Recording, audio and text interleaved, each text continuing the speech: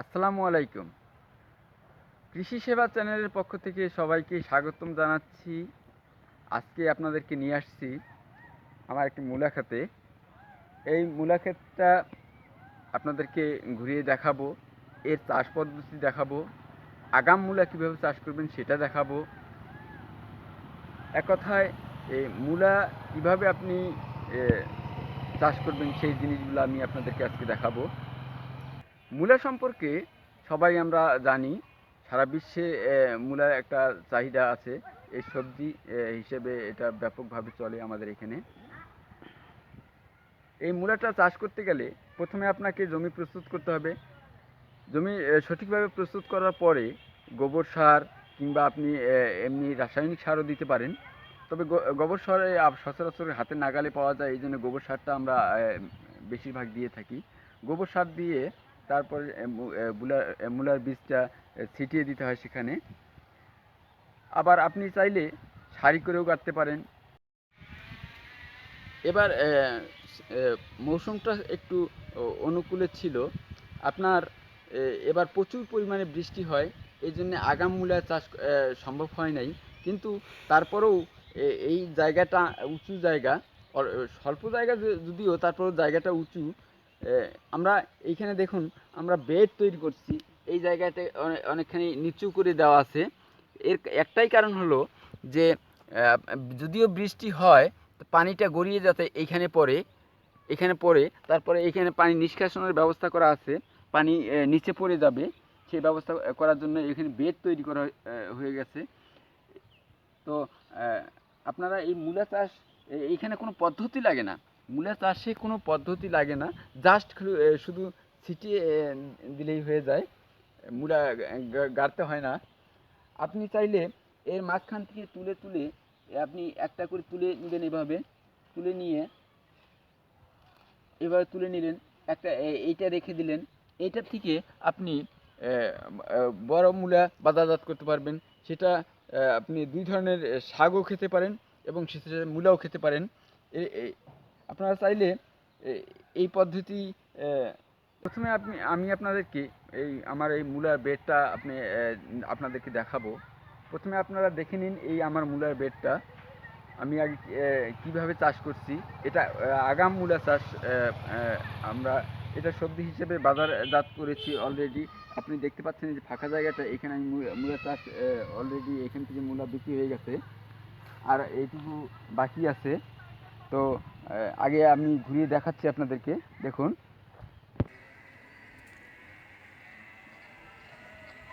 এটি সবজি হিসেবে বিক্রি হচ্ছে বাজারে।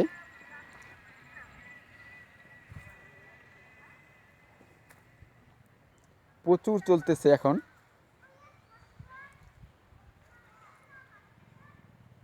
আমাদের বাজারে এই মূলাটা ছোট ছোট বোঝা তৈরি করা হয়, সেই বোঝা অনুযায়ী দাম হয়।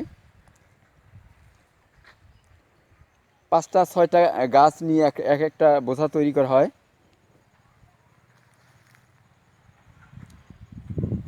আর এর জন্যে যারা মূলার ব্যবসায়ী তারা এখানে আসে, তারা নিজেরাই এই মূলাটা এখান থেকে তুলে তারা নিজেরাই সব কিছু করে।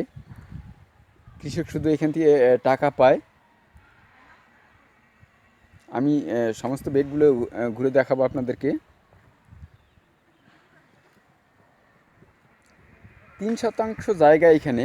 এই 3% জায়গায় 15,000 টাকা অলরেডি বিক্রি হয়ে গেছে।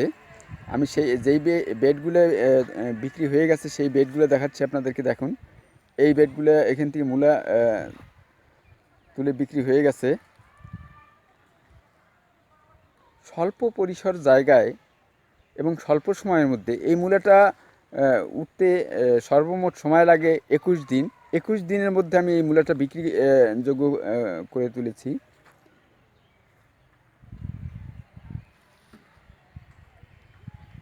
আপনি চাইলে বাড়ির আঙিনায় যেখানে ফাঁকা জায়গা আছে সেখানে, যদি সেখানে চাষ করার কোনো যন্ত্র না পৌঁছায়, তাহলে আপনি কোদাল দিয়ে কুপিয়ে সে জায়গাটা নরম করে সেখানে আপনি মূলার বীজ ছিটাতে পারেন।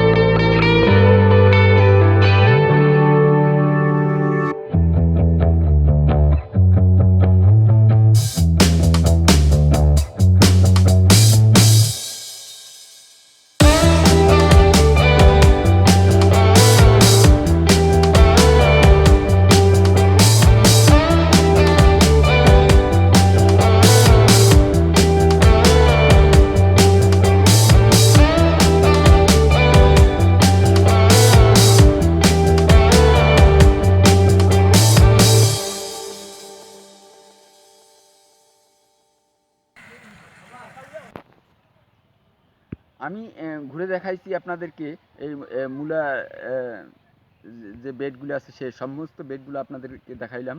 এই স্বল্প পরিসর জায়গায় 15,000 টাকা বিক্রি অলরেডি হয়ে গেছে। আর এইখানে তাও আপনার কম করে হলেও 8 থেকে 9 হাজার টাকা এখনও বিক্রি হবে এরকম ইয়ে। আমি যে এখানে শুধুখানি মূলাই চাষ করছি তাই না, এখানে আরও সবজি লাগাইছি। আসুন আপনাদেরকে দেখাবো সেই জিনিসগুলো। আসুন, সাইড দিয়ে আমি পেঁপে গাছ লাগাইছি,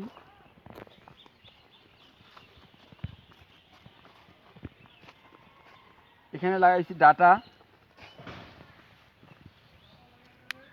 এখানে বিভিন্ন প্রকার শাক লাগাইছি। দেখুন, এই সবজিগুলা শীতকালীন সবজি। ওইখানে লাফা শাক লাগাইছি।